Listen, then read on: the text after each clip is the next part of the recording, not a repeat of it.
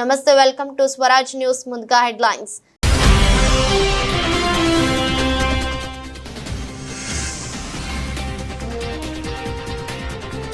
Skill university బోర్డుతో రేవంత్ రెడ్డి భేటీ.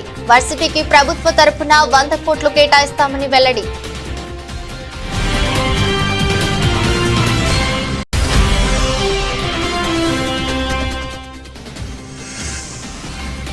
బంగారుపాలెంలో dialysis centre ను ప్రారంభించిన మంత్రి నారా లోకేష్. యువగళం పాదయాత్రలో ఇచ్చిన ప్రతి హామీని నెరవేర్చామని స్పష్టం.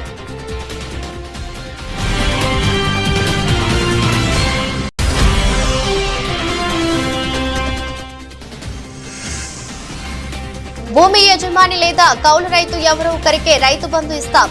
ఆ ఇద్దరిలో ఎవరికి ఇవ్వాలి అనేది వాళ్ళిద్దరూ మాట్లాడుకుని తేల్చుకోవాలన్న మంత్రి తుమ్మల.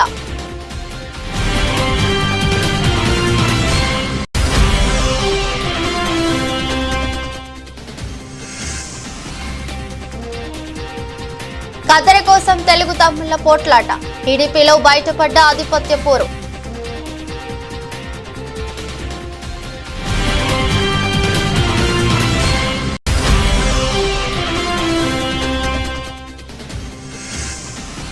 చెన్నై టెస్టు టీమిండియా 376 పరుగులకు ఆలౌట్.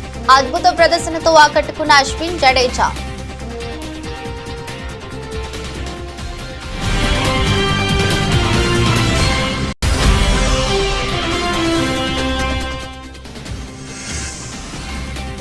వారాంతంలో కూడా స్టాక్ మార్కెట్ జోరు. లాభాలతో ప్రారంభమైన స్టాక్ మార్కెట్లు.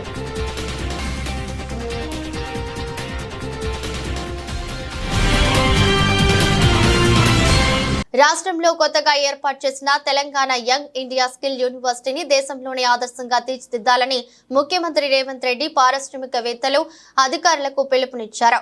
ఆ బాధ్యతను యూనివర్సిటీ బోర్డుకు అప్పగిస్తున్నట్లు ప్రకటించారు. ప్రభుత్వం ఇటీవలే ప్రకటించిన Telangana young India skill university board ప్రతినిధులతో పాటు రాష్ట్రంలోని వివిధ రంగాలకు చెందిన పారిశ్రామికవేత్తలు, కంపెనీల ప్రతినిధులతో ముఖ్యమంత్రి రేవంత్ రెడ్డి సచివాలయంలో సమావేశమయ్యారు.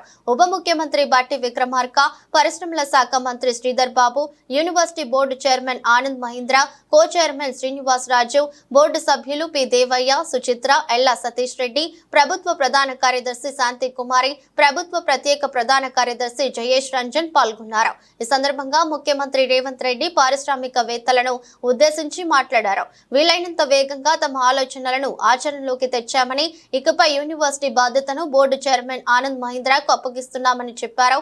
ఈ రంగంలో అనుభవంతో పాటు ప్రత్యేక గుర్తింపు ఉన్న మహీంద్ర ఆనంద్ స్కిల్స్ యూనివర్సిటీకి తన బ్రాండ్ ఇమేజీని తీసుకువస్తారనే నమ్మకం ఉందని సీఎం వ్యాఖ్యానించారు. బంగారుపాలెంలో మంత్రి నారా లోకేష్ పర్యటిస్తున్నారు. యువగలంలో ఇచ్చిన హామీ ప్రకారం కిడ్నీ డయాలసిస్ సెంటర్ ను ప్రారంభించారు. సెంటర్ ను పరిశీలించిన లోకేష్ రోగులతో మాట్లాడారు.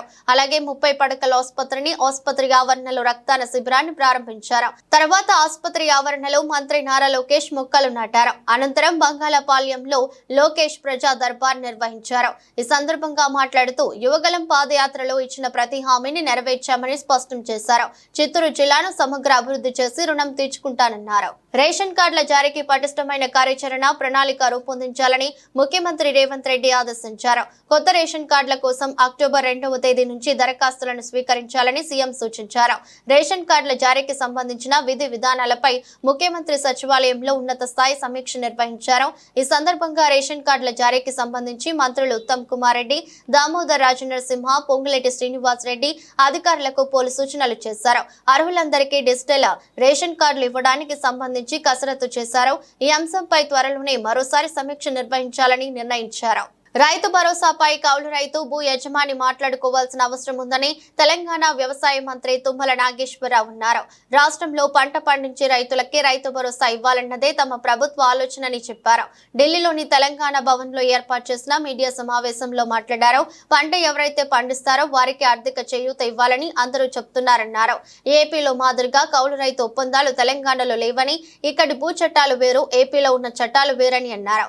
ఇటీవల వరదలతో వ్యవసాయ భూముల్లో భూముల్లో గండ్లు పడిన ఇసుక మేటలు వేసిన నష్టపరిహారాన్ని భూ యజమానులు తీసుకోవాలని, పంట నష్టం మాత్రమే జరిగితే కౌలు రైతుకు ఇవ్వాలని చెప్పామని తుమ్మల తెలిపారు. రైతు బంధుపై సీలింగ్ విధించడంపై ఇంకా తుది నిర్ణయం తీసుకోలేదన్నారు.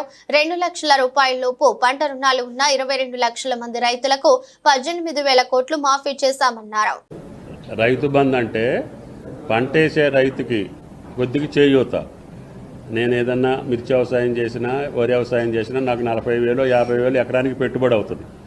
50,000 ఇవ్వలేం, కానీ ఉడతాభక్తిగా ప్రభుత్వం 10,000 రూపాయలు సాయం చేస్తే ఆయనకి చేతిలో ఉన్నా లేకపోయినా మొదలు పెట్టుకొని ముందుకెళ్తాడనే ఉద్దేశంతో చేస్తున్నాం. ఇది వ్యవసాయానికి చేసినటువంటి రైతుకి చేతిలో పెట్టేటటువంటి చేయూత మాత్రమే. అది మీరు ఎట్లా చెప్తే అట్లా చేద్దామని చెప్పి దాన్ని అందుకని కొంచెం పక్కకు పెట్టి అందరు అభిప్రాయాలు తీసుకుంటున్నాం. 99% కాకుండా 200% చెప్పేది ఏంటంటే పంట వేసినటువంటి రైతుకి ఇవ్వటమే న్యాయం అని చెప్తున్నారు. దాన్నే ఇంప్లిమెంట్ చేయాలనేది కూడా రాష్ట్ర ప్రభుత్వం ఆలోచన. అది కౌలు రైతు మాట్లాడుకోవాల్సిన అవసరం ఉంది. ఆ విషయం కాడనే ఆలస్యం అవుతుంది. తిరుమల లడ్డు ప్రసాదంపై ఏపీ సీఎం చంద్రబాబు చేసిన తీవ్ర ఆరోపణలను టీటీడీ మాజీ చైర్మన్, రాజ్యసభ సభ్యుడు వైవి సుబ్బారెడ్డి ఖండించారు. లడ్డు తయారీలో పందితో నెయ్యిని ఉపయోగించారని, నీచమైన ఆరోపణలు చేశారని, చంద్రబాబు తన వ్యాఖ్యలు వెనక్కి తీసుకోకపోతే చట్టపరంగా, న్యాయపరంగా ముందుకు వెళ్తామని వెల్లడించారు. వైసీపీ పార్టీని బదనాం చేయడానికి దుష్ప్రచారం చేస్తున్నారని మండిపడ్డారు. తాడేపల్లి వైసీపీ కార్యాలయంలో ఏర్పాటు చేసిన మీడియా సమావేశంలో మాట్లాడారు. రాజకీయ దురుద్దేశంతో తీసుకున్న నిర్ణయం కాదని, తిరుమల పవిత్రతను కాపాడుకోవడానికి ప్రపంచ వ్యాప్తంగా ఉన్న శ్రీవారి భక్తుల మనోభావాలు దెబ్బతినకుండా ఉండడానికి న్యాయస్థానాలను ఆశ్రయిస్తామని వెల్లడించారు. అవసరమైతే ఆరోపణలు చేసిన వ్యక్తులపై పరువు నష్టం దావా వేస్తామని హెచ్చరించారు. రాష్ట్రంలోనూ దేశంలోనూ ఉమ్మడి ప్రభుత్వాలు అధికారంలో ఉన్నందున తిరుమలపై చేస్తున్న ఆరోపణలపై ఎలాంటి విచారణనైనా వేసుకోవాలని సూచించారు. చంద్రబాబు నాయుడు గారు ఎవరైతే మాట్లాడారో దీనిపై వాళ్ళు స్పందించాలి. వాళ్ళ దగ్గర ఏమన్నా ఆధారాలుంటే నిరూపించాలి. లేకపోతే తప్పకుండా దీనిపై డిఫామేషన్ కేసేసేదానికి అన్ని విధాల ఏర్పాట్లు చేస్తాం. ఇక్కడేదో మన హైకోర్టులోనో ఇంకో హైకోర్టులోనూ కాకుండా, ఎందుకంటే స్వామివారి భక్తులు ప్రపంచవ్యాప్తంగా ఉన్నారు కాబట్టి దీన్ని అవసరమైతే సుప్రీంకోర్టులో కూడా దీనిపై కేసేసే కార్యక్రమం చేస్తామని చెప్పి ఈ సందర్భంగా తెలియజేస్తున్నాం. ఇవే కాదు, ఇట్లా ఆరోపణలు చేసేదానికి ఆలోచిస్తున్నారు. కానీ గత 5 సంవత్సరాల్లో మా ప్రభుత్వం చేసిన మెరుగైన కార్యక్రమాలు తిరుమల తిరుపతి దేవస్థానంలో ఎన్నో ఉన్నాయి. అవన్నీ పక్కన పెట్టి వీళ్ళు దుష్ప్రచారం చేయటం కోసం, మా మీద నింద మోపటం కోసం, రాజకీయ లబ్ధి కోసం, స్వార్థ ప్రయోజనాల కోసం ఆరోపణలు చేసే కార్యక్రమం, ఇంతటి ఘోరమైన ఆరోపణలు చేసే కార్యక్రమం చేస్తున్నారని చెప్పి తెలియజేసుకుంటున్నా. అదేవిధంగా vigilance commission, vigilance and enquiry department అని నోటీసులు ఇచ్చారు మాకందరికీ. మాకు ఇచ్చారు, మిగతా ఆఫీసర్లు కూడా ఎవరెవరికి ఇచ్చారో నాకు తెలియదు. ఇచ్చినప్పుడు మేము చెప్పాం, ఆ ఆఫీసర్లు మాకు రాస్తున్నారు, మా దగ్గర మెటీరియల్ ఉంటుంది. నేను ఎప్పుడో 3 సంవత్సరాలు 4 సంవత్సరాలు చైర్మన్గా ఉన్నా. వాళ్ళ దగ్గర అడిగిన ఇన్ఫర్మేషన్ నా దగ్గర ఉండదు. రికార్డు ఏదైనా పంపిస్తే ఏ నిర్ణయమైనా ఎట్లా తీసుకున్నామో ఏందో చెప్తామంటే మాకు ఇన్ఫర్మేషన్ ఇయ్యరు. ఇవన్నీ బోర్డు డిసిషన్స్, బోర్డులో డిసిషన్ ప్రతి నిర్ణయం బోర్డులో తీసుకుంది. బోర్డు సభ్యులతో పాటు ఎక్స్కప్షో మెంబర్స్ గవర్నమెంట్ సైడ్ నుంచి ఉన్నారు. అన్నీ తీసుకున్నాం, అన్ని నిర్ణయాలు తీసుకోవడం జరిగింది. ఇంప్లిమెంట్ చేసే ఆఫీసర్లు వాళ్ళ ప్రేమ ఏమి లేకుండా పేపర్లో వస్తుంది. నిన్నో మొన్నో ఒక పేపర్లో విజిలెన్స్ రిపోర్ట్ అయిపోయింది, 520 కోట్ల రూపాయల దోపిడీ జరిగింది అని చెప్పి పేపర్ రైటింగ్ వస్తుంది. సో ఏ స్థాయిలో దుష్ప్రచారం చేసే కార్యక్రమం చేస్తున్నారంటే చూడండి. దాని మీద కూడా ఈరోజు కోర్టుకు వెళ్తున్నారు. చార్మినార్ వద్ద ఎలాంటి లాఠీ చార్జ్ జరగలేదని Hyderabad police commissioner CV Anand స్పష్టం చేశారు. చార్మినార్ వద్ద మిలాద్ నబీ పండుగను ఉద్దేశించి ఏర్పాటు చేసిన డీజే వద్ద షార్ట్ సర్క్యూట్ అయి పక్కనే ఉన్న డీజిల్ ట్యాంక్ దగ్గరికి మంటలు వ్యాపించడంతో ఒక్కసారిగా మంటలు పెరిగాయని, అది అదుపులోకి తేవడం జరిగిందన్నారు. లాఠీ చార్జిని వస్తున్న పుకార్లన్నీ నమ్మొద్దని Hyderabad police commissioner CV Anand తేల్చి చెప్పారు. लाठी चार्ज नहीं है, कुछ नहीं है। यहाँ पर आपको पता है कि एक डीजे में आग लग गई थी, वो एक एक्सीडेंट है। और अगर वो डीजे का जो बैटरी है, अगर वहाँ से आग फैल के डीजल टैंक पे अगर उसको लग जाता तो बहुत बड़ा एक्सप्लोजन होता है। तो प्रोटेक्शन की वजह से, सेफ्टी मेजर्स की वजह से सबको बैरिकेड लगा के थोड़ा दूर रखना पड़ा, और उसको भी तोड़ के अगर थोड़े लोग आगे आए हैं तो उनको रिक्वेस्ट करके पीछे जाने के लिए कहा गया था। तो उसको लाठीचार्ज आप कहेंगे तो वो बुरी बात है, ये पब्लिक के सेफ्टी के लिए किया गया था। Thank you. వినుకొండ పట్టణంలో జూలై 17న జరిగిన రషీద్ హత్య కేసులో కోర్టులో పిటిషన్ దాఖలు చేసినట్లు మాజీ additional advocate general Ponnavolu Sudhakar Reddy తెలిపారు. రషీద్ హత్య మేరకు నుంచి నడిపించిన వారి పేర్లను కేసులో పోలీసులు నమోదు చేయలేదన్నారు.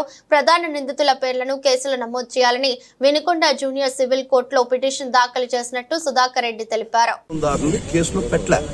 సాక్ష్యం మొదటి నుంచి కంప్లైంట్లో గాని సాక్షులు చెప్పినటువంటి వాంగ్మూలంలో గాని దాని ప్రకారం షమీం ఖాన్ను ఆయుబ్ ఖాన్ అనే ముద్దాయిల ప్రోద్బలంతో వారి యొక్క ప్రోద్బలంతో జరిగిన హత్య అని చెప్పబడినా కూడా వాళ్ళ కేసులో ముద్దాయిలుగా పెట్టలేదు.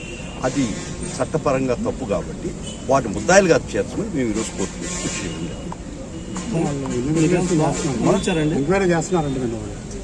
ఇస్తే మంచిదే. దానికి మనం వేసిన తర్వాత ముద్దు పెట్టాలి. పోలీసు వారు న్యాయం చేస్తే దానికి తప్పు మాట్లేం కదా. పోలీసు వారు తప్పు చేశారు ఇప్పుడు దాకా ఆ ఉద్దేశంతో మేము ఎంటర్ కావాల్సి వచ్చింది. వైఎస్ఆర్ కాంగ్రెస్ పార్టీ తరఫున జగన్మోహన్ రెడ్డి గారు మాకు ఇచ్చిన ఒకటే ఒక ఆదేశం, ఏ కార్యకర్తకి ఇబ్బంది జరిగినా పార్టీ నిలబడుతుంది. ఇబ్బంది వాళ్ళకి నష్టం, మీరు వాడి పక్కన నిలబడి వాళ్ళకి న్యాయపరంగా సహాయ సహకారాలు అందించమని మాకు ఆదేశాలు ఉన్నాయి. దాని ప్రకారం నేను పార్టీ జనరల్ సెక్రటరీగా ఒక పక్క, వైఎస్ఆర్ లీగల్ అఫేర్స్ చూసుకునే ముఖ్య బాధ్యత నాకు దానిలో కేటాయించబడింది. దాంతో ఇది నా బాధ్యతగా స్వీకరించి జగన్మోహన్ రెడ్డి గారు ఇచ్చిన ఒక్క మాటతో వారు చేసినటువంటి వాళ్ళ భాషతో నేను రావడం జరిగింది. వాళ్ళిద్దరిని ముద్దాయిని చేయడం జరిగింది. ఒకవేళ పోలీసు వారు కూడా చేస్తే పర్వాలేదు, అదే కోర్టులో కూడా చెప్పింది అదే. చేయలేదు కాబట్టి మేము రావడం జరిగింది. చేస్తే మంచిదే. దాని గురించి ప్రతి కార్యకర్తకి బాధ్యత ఇస్తుంది, భరోసా ఇస్తుంది. వైఎస్ఆర్ కాంగ్రెస్ పార్టీ ఏ కార్యకర్తకి ఇబ్బంది జరిగినా మేము ఉంటాం. లీగల్గా, న్యాయపరంగా, చట్టసమ్మతంగా పోలీసు వాళ్ళు దుర్మార్గమైన కేసులు పెట్టిన తెలపండి, మేము వచ్చి నిలబడతాం. న్యాయపరంగా మనం అన్యాయం చేయమని ఎవరు చెప్పరు, చేస్తే కూడా ఎవరు రక్షణకు రాలేదు. మనకి అన్యాయం జరిగినటువంటి పరిస్థితిలో ఏ వైఎస్ఆర్ కాంగ్రెస్ పార్టీ కార్యకర్తకి ఇబ్బంది జరిగింది, పార్టీ వైఎస్ఆర్ కాంగ్రెస్ పార్టీ ప్రతి వైఎస్ఆర్ కాంగ్రెస్ పార్టీ కార్యకర్త వెనక ఉన్నది అని మెసేజ్ మట్టుకిస్తున్నాం. చాలా స్పష్టంగా ఇస్తాం, చాలా దృఢంగా ఇస్తున్నాయి మెసేజ్. ఢిల్లీ నుంచి గల్లీ దాకా ఏ కార్యకర్తకి నేను ఢిల్లీ నుంచి గల్లీ దాకా, గల్లీ నుంచి ఢిల్లీ దాకా వకీల్ని నేను మామూలుగా గల్లీ వకీల్ని. పరిస్థితులను ఢిల్లీ దాకా తీసుకుంది.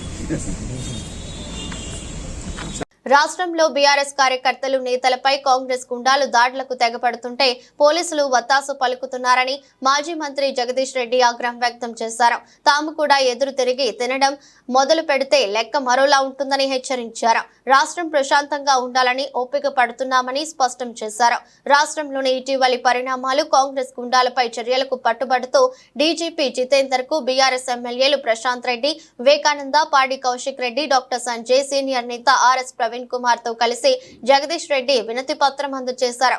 అనంతరం ఆయన మీడియాతో మాట్లాడుతూ రాష్ట్రంలో శాంతి భద్రతలు అదుపు తప్పడానికి ప్రధాన కారణం సీఎం ఆయన వాడుతున్న భాష, ప్రవర్తనని తెలిపారు. బీఆర్ఎస్ నేతలు, కార్యకర్తలపై జరుగుతున్న దాడుల్లో పోలీసుల పాత్ర కూడా ఉన్నదని జగదీష్ రెడ్డి అన్నారు. ఇప్పటికే 4 సంఘటనలు జరిగాయని తెలిపారు. పోలీసుల ఎదుటే కాంగ్రెస్ గుండాలు దాడులు చేస్తున్నా చోద్యం చూస్తున్నారని వెల్లడించారు. పోలీస్ పరిస్థితి చాలా అధ్వానంగా ఉంది. కింది స్థాయి పోలీసులు కేవలం కాంగ్రెస్ నాయకులకు సంబంధించిన ఆదేశాలను పాటిస్తూ పై అధికారులను లెక్కబెట్టే స్థితిలో లేరు. పై అధికారులు చర్యలు తీసుకుంటారన్న భయం కూడా లేకుండా పోతా ఉంది. మేము గతంలో కూడా డీజీపీ గారికి కలిసి చెప్పినాం. మా వర్కింగ్ ప్రెసిడెంట్ కేటీఆర్ గారి నాయకత్వంలో తిరుమలగిరిలో మా టెంట్ పైన దాడి చేసి టెంట్ పీకి వేసిన సంఘటనలో కాంగ్రెస్ పార్టీ కార్యకర్తలతో పాటు పోలీసులు కూడా పాల్గొన్నారు. అవి మేము వీడియోలతో సహా, ఫోటోలతో సహా కూడా ఇవ్వడం జరిగింది. అదేవిధంగా ఖమ్మంలో స్వయంగా మేము 4 మాజీ మంత్రులం, ఎమ్మెల్యేలం, 10 మంది పైగా ఎమ్మెల్యేలు కలిసి అక్కడ వరద బాధితులను పరామర్శించి వారికి మా స్థానిక నాయకులు, మా రాజ్యసభ ఎంపీ గారు వడ్డీరాజు రవిచంద్ర గారు, మా మాజీ మంత్రి అజయ్ గారు, మా మాజీ శాసనసభ్యులు పాలేరు ఉపేందర్ రెడ్డి గారు వారి స్వంత పైసలతోని ఏర్పాటు చేసిన కిట్లను వరద బాధితులకు అందిస్తూ వారి మునిగిపోయిన వారి ఇళ్ళని చూసి వారికి ధైర్యం చెప్పి వస్తున్న క్రమంలో కాంగ్రెస్ పార్టీకి సంబంధించిన కొద్దిమంది గుండాలు ఒక గల్లీలో అడ్డుకొని మా కార్యకర్తలపై దాడి చేయడం, రాళ్లు వేసి ప్రజల్ని గాయపరచడం, ఆ తర్వాత స్వయంగా మా కార్యకర్తలు కారు కింద నెట్టేసి చంపే ప్రయత్నం చేయడం,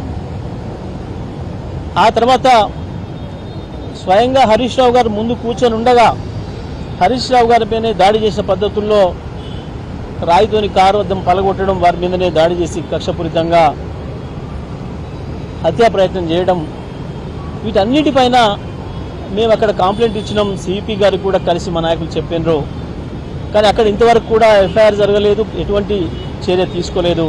రవీంద్ర భారతిలో కాంగ్రెస్ పార్టీ సీనియర్ నాయకులు వి హనుమంతరావు ఆధ్వర్యంలో ఓబీసీల నేతృత్వంలో టీపీసీసీ అధ్యక్షులు ఎమ్మెల్సీ బొమ్మ మహేష్ కుమార్ గౌడ్ కి సన్మాన కార్యక్రమం చేశారు. ఈ కార్యక్రమంలో సభను ఉద్దేశించి తెలంగాణ కాంగ్రెస్ అధ్యక్షులు ఎమ్మెల్సీ మహేష్ కుమార్ గౌడ్ ప్రసంగించారు. బీసీని బీఆర్ఎస్ అధ్యక్షుడిగా చేసే దమ్ముందా అని టీపీసీసీ చీఫ్ మహేష్ కుమార్ గౌడ్ ప్రశ్నించారు. టీఆర్ఎస్ కు కేసీఆర్ అధ్యక్షుడని, బీఆర్ఎస్ గా పేరు మారిన ఆయనే అధ్యక్షుడు, వర్కింగ్ ప్రెసిడెంట్ గా ఆయన కొడుకు అన్నారని విమర్శించారు. స్థానిక సంస్థల ఎన్నికల్లో బీసీ రిజర్వేషన్లను 42% నుండి 23% ఎందుకు తగ్గించారో ముందు బీఆర్ఎస్ నేతలు సమాధానం చెప్పాలని డిమాండ్ చేశారు. రాహుల్ గాంధీ వదిలిన బీసీ బాణాన్ని నేను ఎందుకు చెప్తా ఉన్నానంటే, ఉత్తర భారతదేశంలో ఉన్నటువంటి అగ్రవర్ణాలకి ధీటుగా కుల గణన జరగాలని, ఈ దేశంలో ఉన్నటువంటి ఎస్సీ, ఎస్టీ, బీసీ మైనారిటీకి న్యాయం జరగాలని ఒక అకుంఠిత దీక్షతో ఆనాడు భారత్ జోడో యాత్ర నుంచి ఈనాటి వరకు ఏలెత్తి చాటుతున్నటువంటి మహానుభావుడు ఈ రకంగా చేస్తున్నాడు. కాబట్టే చంపేస్తామని బెదిరిస్తున్నటువంటి సందర్భం ఇవాళ. మళ్ళీ చెప్తా ఉన్నాను, బీసీల కోసం రాహుల్ గాంధీ గారు వదిలిన బాణాన్ని నేను, సోనియా గాంధీ గారు పంపిన సందేశాన్ని నేను, ఖర్గే గారు పంపిన సైనికుని నేననే మాట కూడా సందర్భంగా మనం చేస్తా ఉన్నాను. నేను ఒక దాంట్లో చాలా విశ్వాసం పెడతాను. వేరే కులాల్ని, వేరే మతాల్ని కించపరచకుండా మనం పుట్టిన కులం కోసం, మనం పుట్టిన మతం కోసం ఎదగాలని, వారికి సేవ చేయాలని ఉగులాట పడడం తప్పులేదు. కానీ ఎప్పుడు కూడా వేరే కులాల్ని, వేరే మతాల్ని కించపరచకుండా, నొప్పించకుండా ఉండాల్సిన బాధ్యత మనది. ఇవాళ బీసీల విషయంలో, భవిష్యత్తులో బీసీలకు రావాల్సిన హక్కుల విషయంలో ఎక్కడ కూడా కాంప్రమైజ్ ఉండదనే మాట మీ అందరికీ నేను ఆశ్వాసం ఇస్తా ఉన్నా.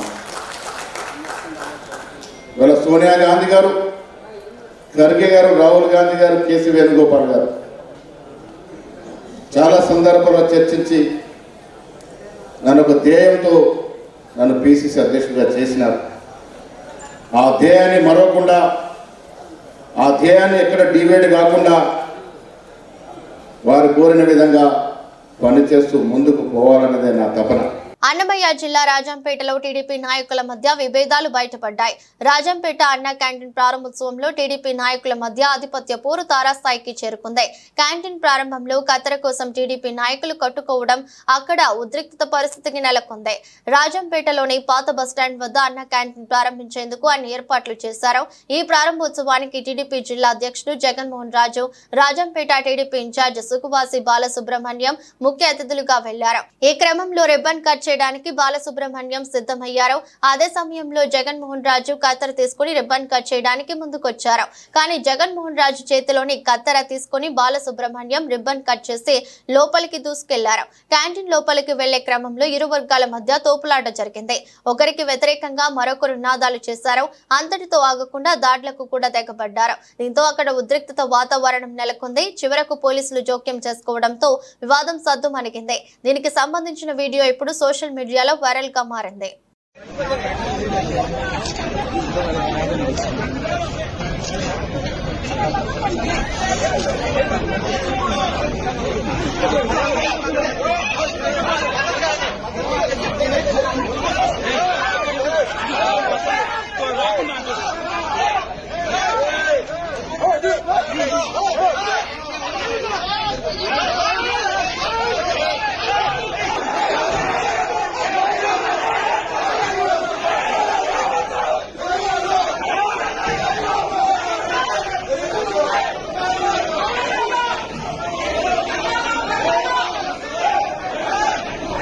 తిరుమల లడ్డు వ్యవహారంపై చిలుకలూరి బాలాజీ అర్చకులు రంగరాజన్ స్పందించారు. శ్రీవారి లడ్డూలో జంతువుల కొవ్వు కలిపారని తెలిసి కోట్లాది మంది భక్తుల మనోభావాలు దెబ్బతిన్నాయి. ఉత్తమమైన ఆవు నెయ్యి కిలోకు 1000 ఉంటుంది, కానీ 320కి ఎలా కోట్ చేస్తారో అది కల్తీ నెయ్యి కావచ్చు అని దయచేసి బాధ్యులను శిక్షించాలని చిలుకలూరి బాలాజీ అర్చకులు రంగరాజన్ డిమాండ్ చేశారు.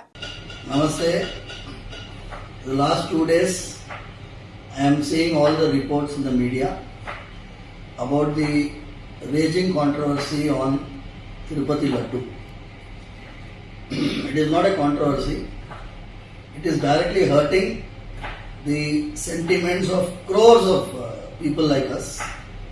Mostly the people who believe in the prasadam, people who believe in the Sanatana Dharma worship of the deity. What has happened is, we have been already saying that the process of tendering, when you purchase items for the Swami, like the ingredients for laddu, you go for a lowest bidder. The moment you go for the lowest bidder, you are asking for trouble. In fact, the best cow ghee today cannot be less than 1000 rupees per kg. How can a person quote 320 rupees? If somebody is quoting 320 rupees, I am not going exact amount value, but if he is quoting 320 rupees, every packet of that might be containing adulterated ghee. So it's a big hurting issue. We have to inquire into it and find the culprits and book them to take them to task. Tirumala laddu తయారీలో కల్తీ జరిగినట్లు వస్తున్న ఆరోపణలపై శ్రీవారి ఆలయ మాజీ ప్రధాన అర్చకులు రమణ దీక్షితులు ఆవేదన వ్యక్తం చేశారు. దేవుడి ప్రసాదాల్లో కల్తీ జరగడం విచారకరమని అన్నారు. తిరుమల శ్రీవారి లడ్డు నాణ్యత సరిగ్గా లేదని గతంలోనే అప్పటి చైర్మన్ ఈవో దృష్టికి తీసుకెళ్లాలని రమణ దీక్షితులు తెలిపారు. ప్రసాదాల పరిణామాలు కూడా సరిగ్గా లేవని ఫిర్యాదు చేశానని అన్నారు. కానీ తన తోటి అర్చకుల సహకారం అందించకపోవడంతో తనది ఒంటరి పోరాటం అయిందని అన్నారు. దీంతో తన పోరాటానికి ఫలితం లేకుండా పోయిందన్నారు.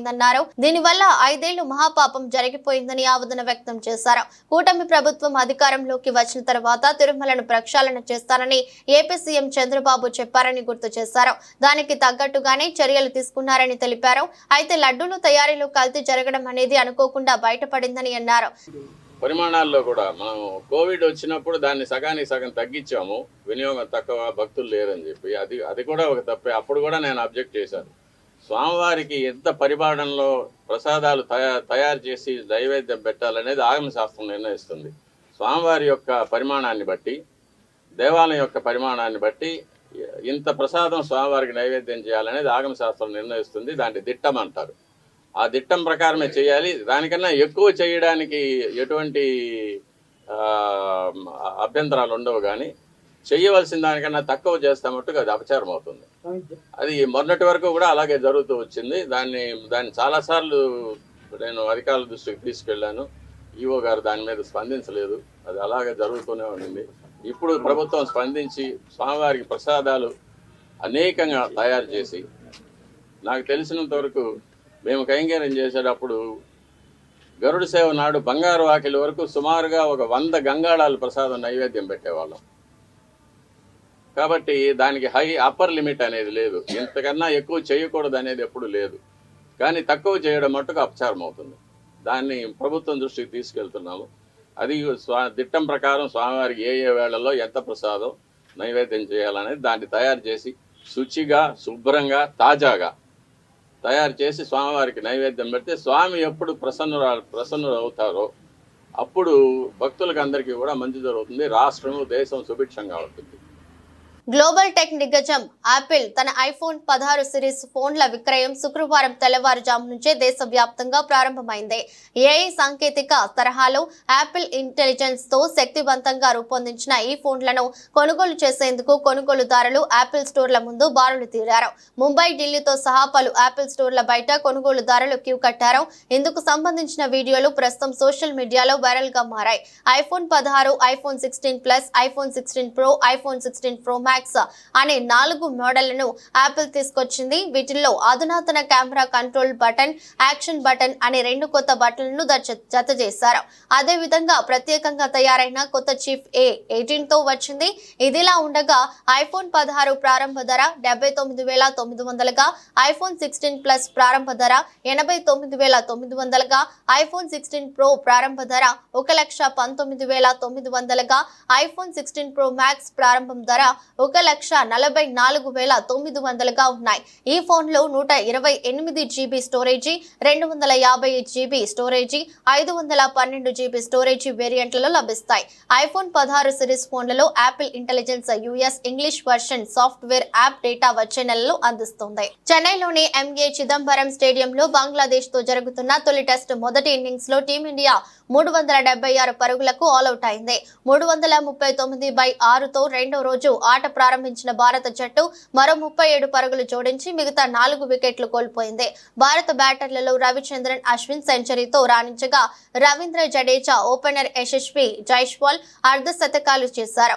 మిగతా బ్యాటర్లలో రిషబ్ పంత్ 36 పరుగులతో పర్వాలేదనిపించిన రోహిత్ శర్మ, విరాట్ కోహ్లీ, శుభ్మన్ గిల్, KL రాహుల్ తీవ్రంగా నిరాశపరిచారు. ఇక 144 పరుగులకే కీలకమైన 6 వికెట్లు కోల్పోయి భారత జట్టు పీకలలోతు కష్టాల్లో ఉన్న సమయంలో అశ్విన్, జడేజా ద్వయం అందుకుంది. ఈ జోడీ 199 పరుగుల అమూల్యమైన భాగస్వామ్యం నెలకొల్పింది. బంగ్లా బౌలర్లలో హసన్ మహమూద్ 5 వికెట్లు తీయగా తస్కిట్ అహ్మద్ 3, నహీబ్ రానా, మోహదీ హసన్ చెరో వికెట్ పడగొట్టారు. అమెరికా స్టాక్ మార్కెట్లలో రాత్రిపూట లాభాల కారణంగా భారతదేశంలో స్టాక్ మార్కెట్లు కూడా వారాంతంలో లాభాలతో ప్రారంభమయ్యాయి. ఈ ప్రభావం ఇతర ఆసియా మార్కెట్లపై కూడా కనిపించింది. మార్కెట్ ప్రారంభమైన కాసేపటికి BSE సెన్సెక్స్ 421 పాయింట్లు లేదా 0.51% పెరిగి 83,606 వద్ద, నిఫ్టీ 112 పాయింట్లు లేదా 0.44% వృద్ధి చెంది 25,528 స్థాయికి చేరుకున్నాయి. ఇదే సమయంలో బ్యాంక్ నిఫ్టీ 184 పాయింట్లు లాభపడి 53,221 పరిధిలో ఉండగా నిఫ్టీ మిడ్ క్యాప్ 100 సూచి 278 పాయింట్లు ఎగబాకి 59,614కి చేరుకుంది.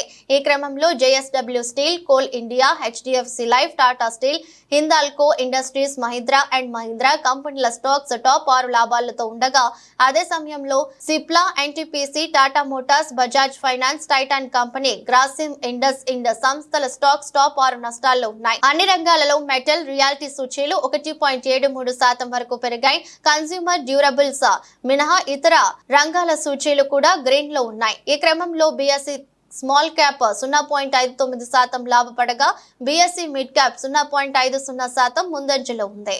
వార్తలు ముగించే ముందు మరోసారి హెడ్లైన్స్.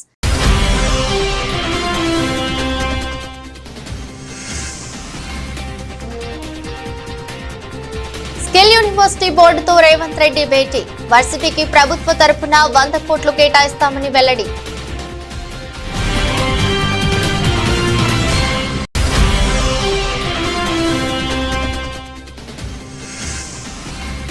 బంగారుపాలెంలో డయాలసిస్ సెంటర్ ను ప్రారంభించిన మంత్రి నారా లోకేష్.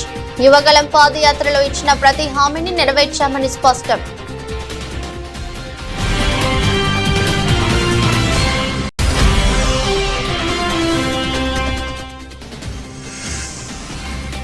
భూమి యజమాని లేదా కౌలు రైతు ఎవరో ఒకరికే రైతు బంధు ఇస్తాం. ఆ ఇద్దరిలో ఎవరికి ఇవ్వాలి అనేది వాళ్ళిద్దరూ మాట్లాడుకొని తేల్చుకోవాలన్న మంత్రి తుమ్మల.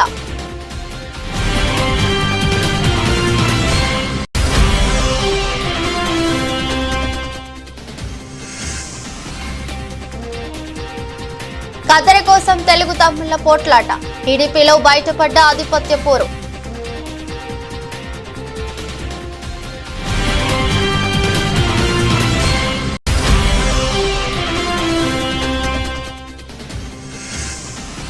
చెన్నై టెస్టు టీమిండియా 376 పరుగులకు ఆలౌట్.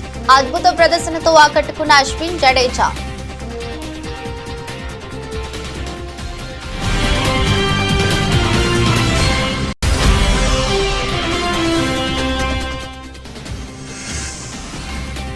వారాంతంలో కూడా స్టాక్ మార్కెట్ జోరు. లాభాలతో ప్రారంభమైన స్టాక్ మార్కెట్లు.